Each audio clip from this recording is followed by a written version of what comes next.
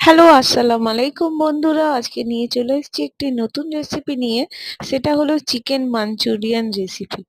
এটা খেলে সত্যি বলতে আপনার মানে এতই টেস্টি মানে আপনারা একবার খেলে বারবার আপনাদের মন চাইবে খেতে।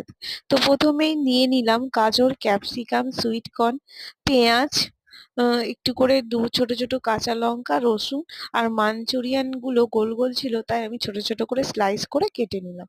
তারপর কড়াইয়ে তেল, পেঁয়াজ, লঙ্কা একটু গোল কুচিয়ে হালকা করে ফ্রাই দিলাম। তেলটা বসিয়ে এরপর ক্যাপসিকাম,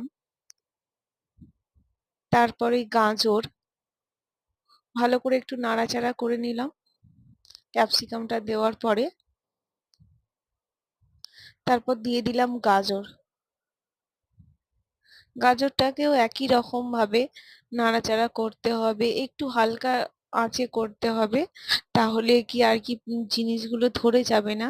আর খুব সুন্দর একটা ভেতরে সেন্ট হবে, যেহেতু আমরা গোল দিয়েছি তাই গোলের স্মেলটা দুটি সবজিগুলির মধ্যে ছড়িয়ে যাবে। আমি একটু ভুলে গেছিলাম রসুনটা দিতে, রসুনটা ফার্স্টেই দেওয়া উচিত ছিল আমার, কিন্তু ওই কি হবে ভুলে গেছি, তাই রসুনটা একটু লাস্টে দিলাম, আপনারা কিন্তু আগে দেবেন। তারপর সুইট কর্ন গুলো দিয়ে দিলাম, এরপর মাঞ্চুরিয়ান স্লাইস গুলো দিয়ে দিলাম। এবার একটু হালকা আছে নাড়াচাড়া করতে হবে। এই দেখুন খুব সুন্দর একটা স্মেল হচ্ছিল, যখন সব মানে সবজিগুলো দেওয়া হয়ে গিয়েছিল একটা দারুণ স্মেল বেরোচ্ছিল। এরকম ভাবে হালকা আছে নাড়াচাড়া করতে করতে দেখুন, এরকম ভাবে হালকা আঁচ কিন্তু একটু হালকা রাখবেন, তাহলে মানে খুব ভালো হয় আর কি হবে, টেস্টি হবে। এরপর দিয়ে দিলাম চাউমিনটা দিয়ে দিলাম। এটা আমাদের মোটা চাউমিনটা দেওয়া দরকার ছিল, কিন্তু ব্যাড লাক যেহেতু আমাদের বাড়িতে মোটা চাউমিনটা ছিল না, তাই আমি সরু চাউমিনটা দিয়েই বানালাম। আপনারা কিন্তু মোটা চাউমিনটা দিয়ে করলে খুবই সুন্দর লাগবে। আমার কাছে ছিল না তাই আমি যা ছিল ওটা দিয়েই করেছি।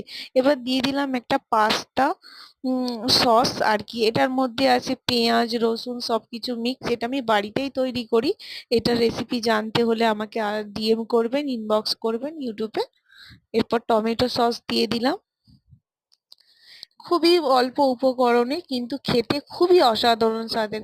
একবার আপনারা বানিয়ে খান, তারপর মানে এতই সুন্দর লাগবে যে আপনারা বারবার বানিয়ে খাবেন, এটুকু কথা দিতে পারছি। বাস এইরকম ভাবে একটু নাড়াচাড়া করে নেব, ব্যাস আমাদের চাউমিন রেডি। দেখুন কি অসাধারণ খেতে হয়েছে।